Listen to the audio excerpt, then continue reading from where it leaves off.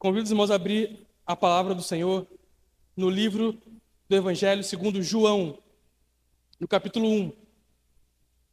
Evangelho segundo João, capítulo 1. Versículo 10, perdão. Capítulo 1, versículo 10. Diz assim: Ele estava no mundo, e o mundo foi feito por intermédio dele, e o mundo não o conheceu. Ele veio para os seus, e os seus não o receberam.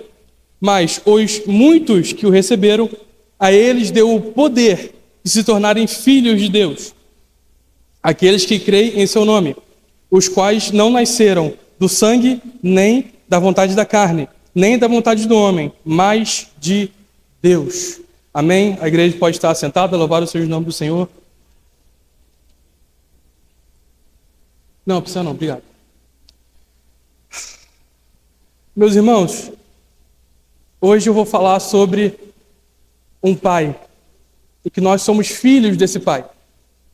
Eu imagino que todos aqui já devem ter escutado que todos são filhos de Deus. Nessa cena você deve ter visto alguém com um copinho de cerveja na mão, bêbado, dizendo: eu também sou filho de Deus. Talvez tenha pessoas aqui que pensem isso, todos são filhos de Deus. Mas não é o que a palavra diz. O texto em que nós lemos vai dizer que quem recebe a Cristo passa a ter o poder de se chamar filho de Deus. Então, se você passou a se chamar filho de Deus, é porque antes você não era. Paulo vai falar em Romanos sobre isso, sobre adoção. Você só adota aquele que não é o seu filho. Então, nem todos são filhos de Deus. Tem muitos que pensam que todos são filhos de Deus, e tem outros que são o contrário, que estão dentro da igreja, servem ao Senhor, e não conseguem entender a paternidade de Deus, se sentem como órfãos, sabe? Então, isso nos surge uma pergunta: como nós nos tornamos filhos de Deus? Ou como deixamos de ser filhos de Deus? Eu imagino que todos conheçam a história, quando nós voltamos lá em Gênesis, que o Senhor ele cria o homem em um estado de pureza, sem nenhum pecado. E o Senhor planta no meio do jardim uma árvore, chamada Árvore da Vida. Eles poderiam comer esse fruto? Poderiam. A Árvore da Vida é símbolo de Cristo. Mas fala que tem uma outra árvore chamada Árvore do Conhecimento do Bem e do Mal. Ele fala: dessas vocês não podem comer.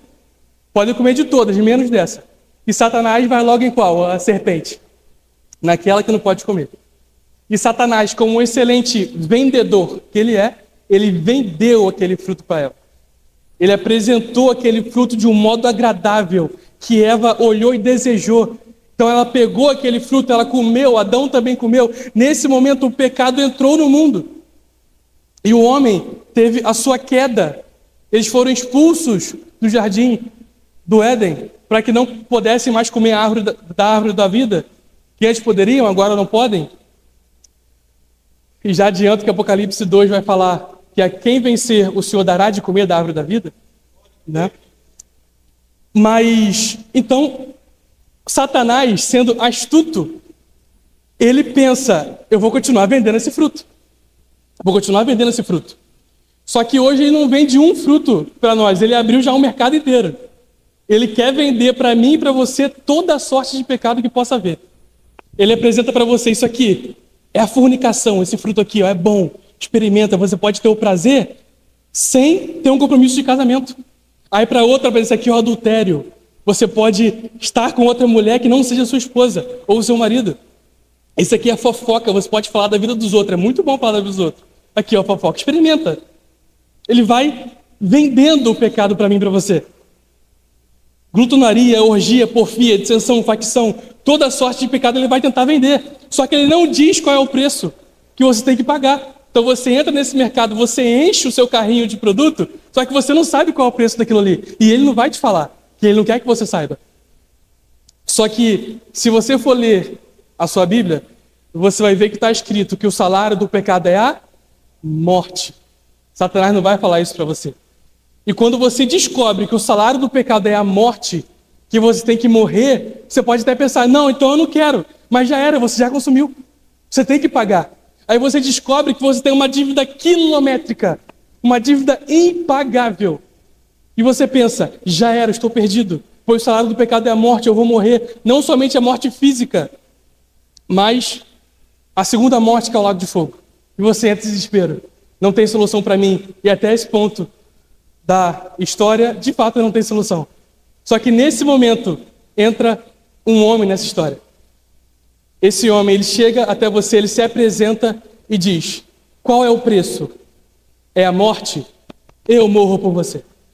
Esse homem é Jesus Cristo. Ele se apresenta para você. Mas quem é você que pode pagar minha dívida? Eu sou Jesus. Eu sou o Filho do Deus vivo. Eu sou aquele que estava no céu, me fiz em forma de servo por amor a você, por amor à igreja. Eu sou a videira verdadeira, eu sou a porta da salvação. Eu sou aquele que morreu e ressuscitou, está à destra do Pai. Eu sou Jesus Cristo, aquele que pode quitar completamente a sua dívida.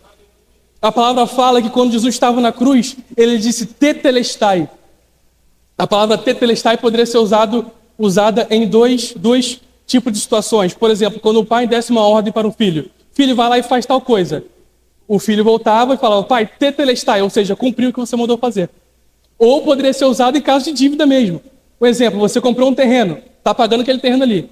Quando você quitou o terreno, você fala tetelestai, está quitado. Então Jesus, na cruz, quando ele diz tetelestai, ele está dizendo para o Pai do céu: pai, eu cumpri a missão que o Senhor me deu. Ao mesmo tempo dizendo para mim e para você: vocês não devem mais nada. E no momento que vocês recebem Jesus como o único Senhor e Salvador da sua vida, imediatamente você é justificado, completamente lavado. E você se torna filho de Deus. Você novamente passa a ter acesso ao Pai. O acesso que Cristo trouxe. A palavra fala que o véu do templo ele se rasgou de alto a baixo, ou seja, não há mais separação entre nós e Deus. E precisamos entender isso.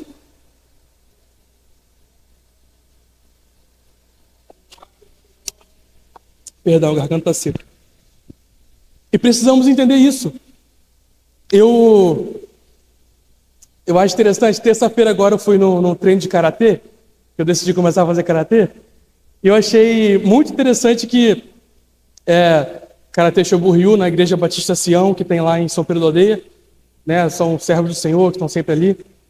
Só que no final do treino, o sensei, que é o mestre, ele reuniu todo mundo em círculo, e ele falou assim: tem alguns alunos que me buscam para tirar dúvida. Esses alunos eu acabo dando mais atenção. E ele diz: então se você está com alguma dúvida, me busca, eu vou te ajudar. Quando ele começou a falar sobre aquilo, me deu um estalo. Eu falei: é a mesma coisa com o Senhor. Quando o aluno entende que ele não tem uma barreira entre o sensei e ele vai tirar dúvida. Do mesmo modo, quando nós entendemos que não há mais barreira entre nós e Deus, nós vamos até Ele. Não agimos mais como órfãos, como se estivéssemos sozinhos nessa terra. Meu irmão, você tem acesso ao Pai. O que tem te separado de Deus? O véu do templo não é mais. Então, o que na sua vida tem te separado de Deus hoje? O Senhor fez todo um sacrifício na cruz para que nós voltássemos a ser filhos, somente para hoje nós colocarmos algo no lugar do véu. O véu foi removido, a gente vai lá e coloca um relacionamento no lugar, coloca um emprego no lugar, coloca uma atitude errada no lugar, para gerar novamente essa separação. Meu irmão, arranque isso. Seja o que for que está te separando de Deus, te afastando de Deus, arranque. Amém? E agora que nós somos filhos de Deus, temos alguns pontos que eu separei aqui para considerarmos. O primeiro, quando você é filho de Deus, você ganha uma nova identidade. A palavra fala em 1 João, capítulo 3, versículo 1. Veja como é grande o amor que o Pai nos concedeu, sermos chamados filhos de Deus. Nós somos chamados filhos de Deus, nós carregamos o nome dele. E a palavra identidade, ela vem, a palavra idem, se pesquisar a etimologia dessa palavra no Google, a palavra idem significa o mesmo que, mais o sufixo dade, né? Então, originalmente, essa palavra significava qualidade daquilo que é idêntico. Então, você é parecido com aquilo. Quer ver uma coisa? Quando eu trabalhava no Queijão, em São Pedro da Aldeia, eu trabalhava andando para lá e para cá, aí entrou 2 homens na loja que estavam com a mesma roupa do trabalho do meu pai. Eu pensei, eu acho que eles trabalham com meu pai, mas fiquei quieto. Quando eu fui atender eles, não falei nada. Um deles olhou para mim: rapaz, você é o filho do Gazeta? Aí eu falei: eu sou, por quê? Ele falou: rapaz, a cara do teu pai, até o modo de andar é igual. Eu fiquei preocupado, né? Porque meu pai não é nenhum Brad Pitt, né? O pastor Wellington me parou ali atrás no aniversário e falou: Davi, isso tá a cara do seu pai. Eu falei: ah, não, faz isso não. Até o trejeito. A minha esposa, ela diz, às vezes eu estou dirigindo, aí eu começo a fazer assim, ó. Aí o braço faz assim, ó. Aí a minha esposa fala: rapaz, você está com os mesmos tiques do seu pai. Seu pai dirige assim mesmo. Expondo aqui o pastor Robson para todo mundo. Os mesmos tiques, mas por quê? Eu me originei dele, do meu pai, do pastor Robson, Gazeta. Eu cresci com ele, eu convivi com ele a minha vida inteira, então é claro que eu vou parecer com ele, tanto no meu físico quanto nos meus trejeitos. Do mesmo modo, meu irmão, você precisa se parecer com seu pai. Você precisa se parecer com Deus. Como que eu me pareço com Deus? Convivendo com Ele. Não passando um dia inteiro, uma semana inteira, ignorando o seu pai. Você tem uma Bíblia que Ele disponibilizou para você, que você pode ler não como mera curiosidade, mas para procurar a Deus. Para entender mais sobre o Senhor, para conhecer a Ele. E você vai convivendo e você passa a ter os trejeitos de Deus. Como é que eu posso passar a ter trejeitos de Deus? Você perdoa como Ele perdoaria. Você tem misericórdia como Ele teria misericórdia. Você vai em lugares que Ele iria, onde Ele não está, você não vai. Você está me entendendo? Você passa a parecer com Deus de modo que as pessoas olhem para você e veem que você é diferente. Mas por que você faz isso? Porque eu sou filho de Deus. Por que você não vai na festa com a gente? Porque eu sou filho de Deus. Por que você não se veste que nem a gente? Porque eu sou filho de Deus. Eu sou lavado e remido no sangue de Cristo. Você se parece com o Pai. Amém? A palavra fala em 1 Coríntios 11, diz assim: sede meus imitadores como eu sou de Cristo. Eu acho muito interessante que Paulo diz que ele imitava Cristo. Ele tentava falar o que Cristo falaria. Ele tentava fazer o que Cristo faria. Ele tentava imitar Cristo. Eu e você também temos que tentar ser parecidos com Deus. Quando os cristãos em Atos foram para Antioquia, eles não se apresentaram como cristãos. Olharam para eles: mas vocês são cristãos. Ou seja, vocês me lembram a Cristo. Você está me entendendo? Então, nós, como filhos de Deus, ganhamos uma nova identidade. Nós morremos para o velho homem e nascemos como uma nova criatura, com uma nova identidade. Amém? Segundo ponto que eu separei: quando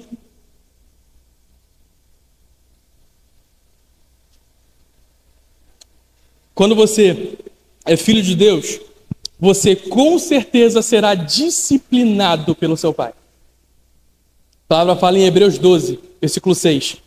O Senhor corrige a quem ama e açoita a qualquer que recebe como filho. Aí o versículo 7. Se suportais a correção, Deus vos trata como filhos. Porque que filho há a quem o pai não corrija? Meu irmão, se hoje eu estou aqui, estou casado, com um emprego, com um carro, é porque meu pai e minha mãe me corrigiram ao longo da minha vida inteira. Filho sem disciplina vira bagunça. Então, do mesmo modo, o Pai do céu irá nos disciplinar. Então, não pense, por exemplo, que um irmão do seu lado não pode ser usado pelo Senhor para te corrigir em algo. Que o seu cônjuge, que o seu parente, que o seu pastor. Que uma mensagem aqui, não pense, meu irmão, que quando alguém vem trazer uma pregação aqui, por exemplo, é indireta para você. Não é. Se o pregador ele está expondo o texto bíblico, está expondo a palavra, não é indireta para você. Você realmente pensa que o pastor Júlio, o pastor Geraldo, o pastor Marconi, quando vem pregar aqui, eles ficam em casa pensando: como é que eu posso mandar indireta para fulano de tal? Não vão fazer isso. É muito mais fácil eu e você acreditarmos que o erro está em quem está pregando do que em nós mesmos. É muito mais fácil para o nosso ego, para a nossa soberba, para o orgulho, achar que é o irmão do lado que está tentando te exortar em amor, que é ele que está errado. Aceite, meu irmão, a disciplina do Senhor. Quer ver um exercício para você saber se você está fugindo da disciplina do Senhor? Qual foi a última vez que o Senhor te corrigiu em algo? Eu, particularmente, gosto até de anotar quando o Senhor fala algo comigo. Teve uma situação, eu estou no meu primeiro ano de casado, graças a Deus, para a honra e glória do Senhor. Primeiro ano é uma maravilha, mas também é ano de ajuste, né? Uma certa ocasião, eu falei algo com a minha esposa e ela retrucou. Eu não gostei, eu tinha certeza piamente que eu estava certo. Aí ela me chamou para... Aliás, ela pediu para eu sair para comprar alguma coisa, eu fui e aproveitei, passei na lagoa para orar. Eu amo ir para a lagoa ficar orando. Aí eu fui na lagoa, diante do Senhor, descasquei a minha esposa. Porque na minha cabeça eu estava certo. Na minha cabeça, Senhor, você tem que tratar com ela assim. Porque eu aprendi que às vezes é mais fácil você fechar a boca diante do homem e abrir diante de Deus. Então eu estava fazendo isso. Tá, vou ficar quieto diante da minha esposa, vou lá falar com o Senhor, que o Senhor toca nela. Meu irmão, enquanto eu estava orando, começou a vir no meu coração, na minha mente, argumentos que nem ela tinha dito. Começou a simplesmente surgir e eu comecei a pensar, realmente, não tinha pensado nisso. Aí eu fui, pensando piamente que eu estava certo, eu voltei, sabendo que ela estava certa. Mas porque o Senhor olhou para mim e falou, Davi, você está errado. Você está errado. Então, o Senhor ele vai te disciplinar. Não é possível que numa Bíblia cheia de exortações, em todas as pregações aqui, em todos os seus irmãos em Cristo em volta, que dentro de um ano você não tenha sido disciplinado em nada. Que a nenhum momento passou na tua cabeça que você está errado em algum ponto na sua fé. Cuidado, se esse for o caso, você pode estar fugindo da disciplina. Isso não é uma característica de Cristo, de filho de Deus. Que o Pai ele vai te disciplinar. E cabe a nós aceitar essa disciplina. Amém? Terceiro ponto. Quando você é filho de Deus, você confia em seu Pai. Você tem confiança nele. A palavra fala em Mateus 6, 26. Olhai para as aves do céu. Não semeiam, nem cegam. E o seu Pai Celestial as alimenta. Não tente vós muito mais valor. Não temos nós muito mais valor? Meu irmão, a criança, ela não dorme preocupada se vai ter comida no dia seguinte. A criança, você que tem filho sabe disso, o filho dorme em paz. Não fica toda noite, pai, vai ter comida amanhã? Vai ter uma casa, vai ter uma roupa para mim? Não, porque ele confia, seu filho confia em você. Do mesmo modo que um dia você confiou no seu pai e na sua mãe, que você podia dormir, e no dia seguinte iria estar lá o alimento para você. Então, confie no Senhor, deposite a sua confiança no Senhor. Ele é seu Pai. Confie nele. Porque você tem muito valor para Ele. Meu irmão, o Deus Pai, Ele enviou o seu Filho unigênito para morrer por mim e por você. Olha o valor que nós temos aos olhos do Senhor. Então, confie nele. Ele não vai deixar faltar nada. Amém, meu irmão? Confie também na orientação dele. É tarefa do Pai orientar. Orientar. E muitos de nós queremos resolver todos os nossos problemas, toda a nossa vida, sem sequer consultar ao Pai, ao Senhor. Em tudo na nossa vida, não, eu sei fazer, eu vou fazer sozinho, eu e eu. Não é assim. Você pode pedir orientação para o Senhor. Ele sabe mais do que você. Essa semana mesmo, teve um problema no meu carro e eu não sabia o que era, eu nunca tinha visto aquilo acontecendo. Aí eu falei com meu pai, né? Eu falei, pai, o carro está assim, assim, assim, eu acho que eu vou levar lá no mecânico. Aí ele começou a fazer a pergunta, quando você faz tal coisa, acontece tal coisa? Sim. E quando você faz tal coisa, acontece tal coisa? Não. Ele fala, é peça tal. Eu falo, não é possível. Meu irmão, meu pai foi lá, desmontou a peça, que eu nem sabia da existência daquela peça. Nós compramos outra peça, ele instalou a peça, eu vim para cá com o carro. Eu nem entendi direito o que ele fez. Mas, antes de eu nascer, meu pai já dirigia carro, ele sabe muito mais do que eu, pedi orientação para ele em algo, você está me entendendo? Então você não precisa, quando surgir um problema na sua vida, querer enfrentar sozinho. Você tem um pai, que ele quer estar do seu lado, ele quer te ajudar, ele quer te orientar, ele quer que você busque a orientação dele para que ele consiga te dar uma diretriz, te dar uma direção. Uma das funções do pai é essa, dar direção, e o Senhor ele quer, tem inúmeras direções para nos dar. Então busque, confie no Senhor, confie na orientação dele. Amém?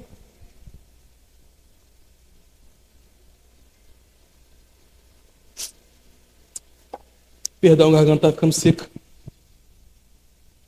Quarto ponto. Quando você é filho de Deus, você se torna parte de uma família. Olha o que a palavra diz em Efésios 2:19. Já não sois estrangeiros, nem forasteiros, mas concidadãos dos santos, família de Deus. Nós somos família, nós somos um corpo, o corpo de Cristo. Nós precisamos entender isso, que nós não estamos sozinhos. Você pode pedir ajuda ao seu irmão que está do lado, ajuda em oração. Você tem alguma dúvida na palavra, pergunte para alguém. Está passando por alguma dificuldade? Compartilhe aquilo com alguém. Divida aquilo. E você também, você pode ajudar o seu irmão do lado, que ele está passando por alguma necessidade. Ore por ele, interceda por ele, ajude no que você puder. Ele é a sua família. Nós temos o mesmo Pai, por isso nós somos irmãos, pois temos o mesmo Pai. Você entende, meu irmão? Então, não viva a sua vida como se estivesse sozinho, como se não tivesse uma família. Eu, particularmente, não sei vocês, eu me sinto muito mais confortável com os meus irmãos em Cristo do que com meus parentes de sangue. Quando, às vezes, se reúne em Natal, em Ano Novo, algum aniversário, eu me sinto muito mais à vontade com os irmãos em Cristo. Essa que é a verdade. Às vezes, eu cresci na IBC, né? Então, por exemplo, a Fabiana e o Wilker como se fossem meus tios. Eles são mais próximos de mim, a Fabiana e o Wilker, do que muitos tios meus de sangue. Mesma coisa do Léo e a Sandra, lá de Maricá. Bill e o pastor Sandro, então, nem se fala. A irmã Cláudia, que eu também cresci dentro da casa dela, porque eu era muito amigo do Ian, né? Cresci dentro da casa da Cláudia. Então, sinto muito mais à vontade com essa família. E o Senhor, Ele vai usando um ao outro para nos forjar. É aqui dentro que você vai aprender a liberar perdão. Você vai aprender a amar, vai aprender a perdoar, vai aprender a abaixar o orgulho, a matar o seu orgulho, porque você precisa pedir perdão para o teu irmão. É por isso que não existe igreja sozinho, a igreja do eu e eu. Eu sirvo meu pai sozinho, isso não existe. É fácil demais, meu irmão, isso. É fácil demais, seria fácil demais. É muito fácil eu amar a minha esposa, exercer amor pela minha esposa, é fácil. Eu exercer perdão com meu pai, com minha mãe, é fácil demais. Com minha família dentro de casa. Nós precisamos estar aqui. E o Senhor vai usar um ou outro para se forjar. Porque tem um irmão do seu lado que é complicado. E você é 2 vezes mais.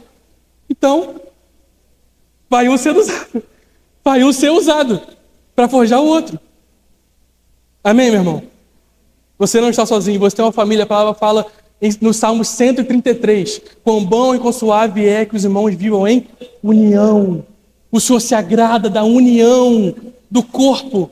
Nesse mesmo Salmo ele fala, no final do Salmo, ele vai falar assim, ali em Jerusalém o Senhor derrama a bênção. Por que ali em Jerusalém é derramada a bênção?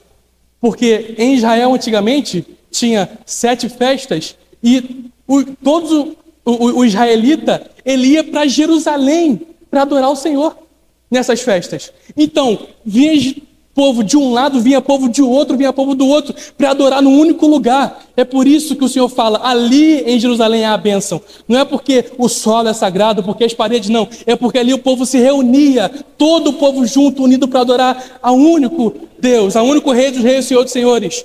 Como uma família, juntas, unidas. E é assim que nós precisamos estar unidos em Cristo, não permitindo que haja divisão, dissensão, facção no nosso meio. Se você tem algo contra o seu irmão, vai lá, libere perdão, peça perdão, tenta resolver com ele. Não permita que você passe os seus dias brigado com alguém, sem falar com alguém. Ore e fala, Senhor, o erro está em mim. Pode ser que você tenha uma surpresa, como eu tive, do Senhor falar, é você que está errado e ela está certa, sua esposa está certa. Você pode ter essa surpresa. Você entende? Então, cuidado com isso. Ignorar que você tem uma família, que você tem um corpo que precisa estar unido a ele. Se eu pegar a minha mão e decepar a minha mão, o meu sangue não corre mais naquele membro que saiu. Ele vai apodrecer. Então, se eu ou você sair do corpo de Cristo, o sangue de Cristo não vai mais correr em você. O sangue de Cristo não é quando você toma um cálice na ceia, não é. É quando você está em comunhão com os irmãos. A palavra fala, se eu não me engano, é 1 João. Eu acho que é 1 João que fala, quando tenho comunhão com o meu irmão, o sangue do Senhor nos purifica, está escrito. Não lembro exatamente a referência, que está no capítulo 1 de João, depois você lê, medita. Amém? Então, o quarto, família. Agora, o quinto. Quando você é filho de Deus, você é herdeiro de Deus. A palavra fala em Romanos 8:17. E se nós somos filhos, somos herdeiros de Deus e co-herdeiros de Cristo. Se é certo que com Ele padeçamos, para também com Ele sejamos glorificados. Meu irmão, nós somos herdeiros de Deus. Nós receberemos uma herança muito melhor do que qualquer herança nessa terra.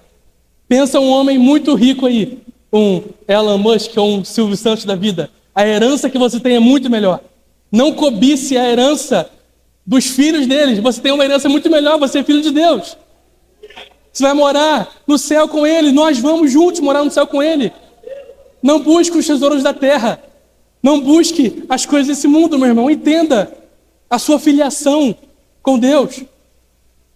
Eu acho muito interessante quando nós vamos para Lucas 15. Lucas 15, da parábola do filho pródigo. Todo mundo conhece essa parábola. Que quando o filho mais moço, ele retorna depois de ter partido, o filho mais velho, ele fica irado. Ele fica chateado. Ele fala, eu sempre estive aqui, mas o Senhor nunca matou um cordeiro para comemorarmos juntos, para festejarmos juntos. Qual é a resposta do pai? Eu sempre estive aqui. Ele diz assim, tudo que eu tenho é seu. Ou seja, aquele camarada, ele não entendia que ele era filho. Ele se via como um escravo, como um servo. Inclusive, tem muita gente que se confunde nisso, né? Eu sou filho ou sou servo de Deus? Você é filho a serviço do pai. Quer ver uma coisa?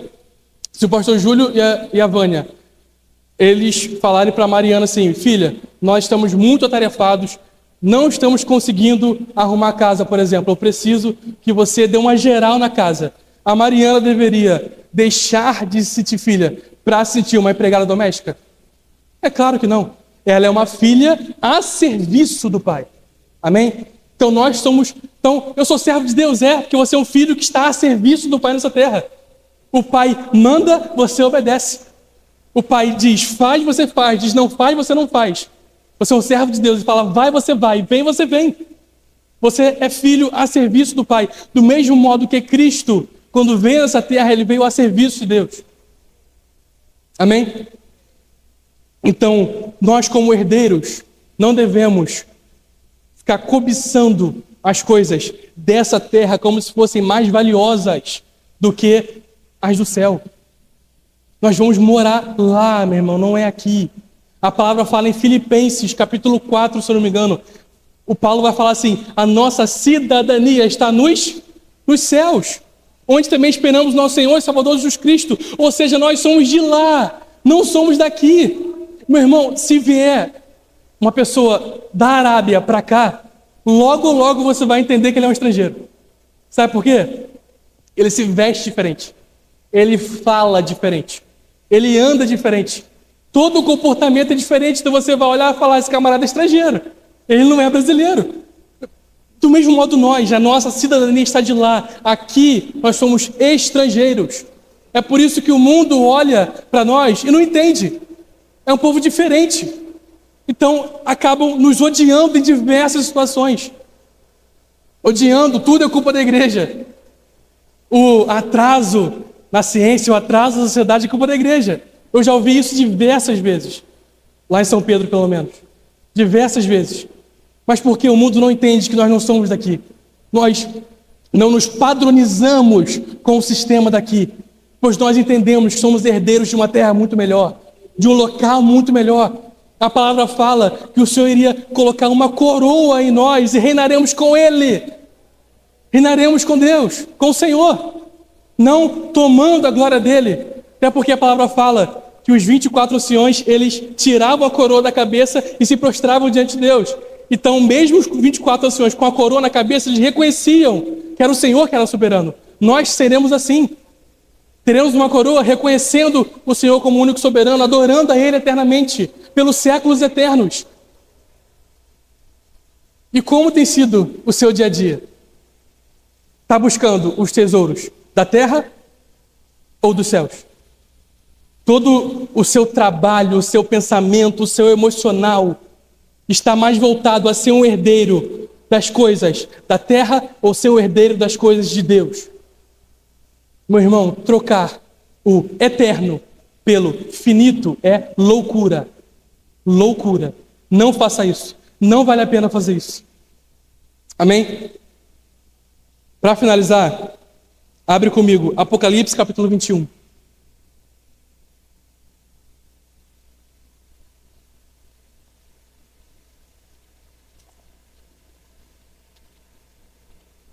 Verso 1. Penúltimo capítulo da Bíblia.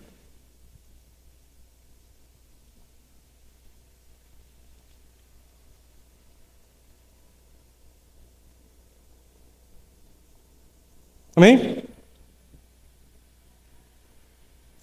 Diz assim, versículo 1. Presta bem atenção nesse texto. Presta bem atenção como que vai ser lá. Eu vi um novo céu e uma nova terra, porque o primeiro céu e terra haviam passado, e não havia mais mar. E eu, João, vi a santa cidade, a nova Jerusalém, descendo do céu, da parte de Deus, preparada como uma noiva adornada para o seu marido. E eu ouvi uma grande voz do céu dizendo: eis que o tabernáculo de Deus está com os homens, e ele habitará com eles, e eles serão o seu povo, e o próprio Deus estará com eles, e será o seu Deus. E Deus enxugará todas as lágrimas dos seus olhos, e não haverá mais morte, nem tristeza, nem choro, nem haverá mais dor, porque essas coisas são passadas. E aquele que está sentado sobre o trono disse: eis que faço nova todas as coisas. E ele disse: escreve, porque essas palavras são verdadeiras e fiéis. E ele disse: está feito, eu sou o alfa e o ômega, o princípio e o fim. Aquele que estiver sedento, eu darei gratuitamente da fonte da água viva. Agora olha o versículo 7. Aquele que vencer herdará todas as coisas. Herdará todas as coisas. E eu serei o seu Deus, e ele será o meu filho. Nós juntos seremos filhos de Deus, com ele lá. Não seremos escravos, seremos filhos. O texto diz que o Senhor tabernaculará conosco. Isso quer dizer que ele morará conosco. Nós moraremos com ele. Isso é ser herdeiro de Deus. Você herdar todas as coisas, meu irmão. O Senhor, ele veio, morreu por nós.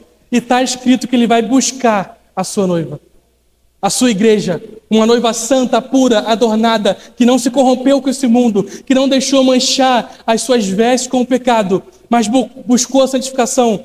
E ele voltará, buscará a sua igreja, e todos nós juntos, como corpo, como uma família, adentraremos aos portais celestiais, dizendo: santo, santo, santo é o Senhor dos exércitos, toda a terra está cheia da sua glória, e adoraremos ao Senhor do Senhor, ao Rei dos Reis, eternamente, pelos séculos eternos, adorando ao lado de Jesus, ao lado de Deus, com os anjos, todos nós juntos, meu irmão.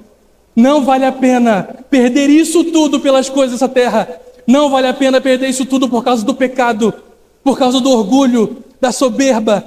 Não vale a pena, meu irmão. Então, se reflita, pense, o que está te pedindo hoje de se sentir e se tornar um filho de Deus, gerando essa separação que pode vir fazer você a perder essa herança maravilhosa. Jesus nos convida a nos arrependermos dos nossos pecados, a nos afastarmos de tudo que não condiz com a vontade dele. e trazer Ele para a nossa vida, para a nossa casa, que é o nosso coração. E tudo irá prosperar. A palavra fala que quando a arca de Deus entrou na casa de Obed-edom, tudo prosperou. Então traga o Senhor para a sua vida e se torne filho de Deus. Entenda, você não é órfão, você é filho. Como filho você herdará todas as coisas. E não vale a pena perder isso tudo por nada nessa terra. Amém, meu irmão? Convido os irmãos a ficarem de pé, louvado seja o nome do Senhor.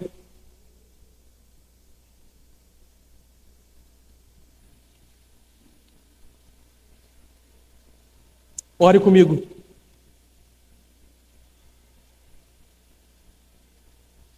Coloque a sua vida diante do Senhor. Peça um feedback ao Senhor. Quando nós lemos Apocalipse 2 e 3, vai falar sobre 7 igrejas. O Senhor dizia para cada uma dessas igrejas pontos que elas tinham que melhorar e pontos que elas estavam acertando. Então peça esse feedback ao Senhor. Pergunte: Senhor, o que eu estou fazendo que está te agradando? Eu devo continuar. E o que eu estou fazendo que não está te agradando? E eu devo me corrigir. Amém? Oremos. Santo Deus, poderoso Senhor, nesse momento eu venho louvar, engrandecer o teu santo nome, porquanto tu és santo e poderoso, digno de toda honra, toda glória, todo louvor, todo poder, toda adoração, a majestade pelos séculos eternos. Perdoa-nos, Senhor, toda vez que nós falhamos contra ti e não agimos como filhos, mas como escravos. Toda vez que nós te ignoramos, não aceitamos a disciplina, ou como nós agíssemos como se fôssemos filhos desse mundo, filhos do diabo. Nos perdoe, Deus. Ajude-nos, Senhor, a melhorar. Gere arrependimento, Senhor, em nossos corações. Em nome do teu Filho amado Jesus. Isso eu oro e entrego em tuas mãos, para a honra e glória do nome do Senhor. Amém. Glória a Deus.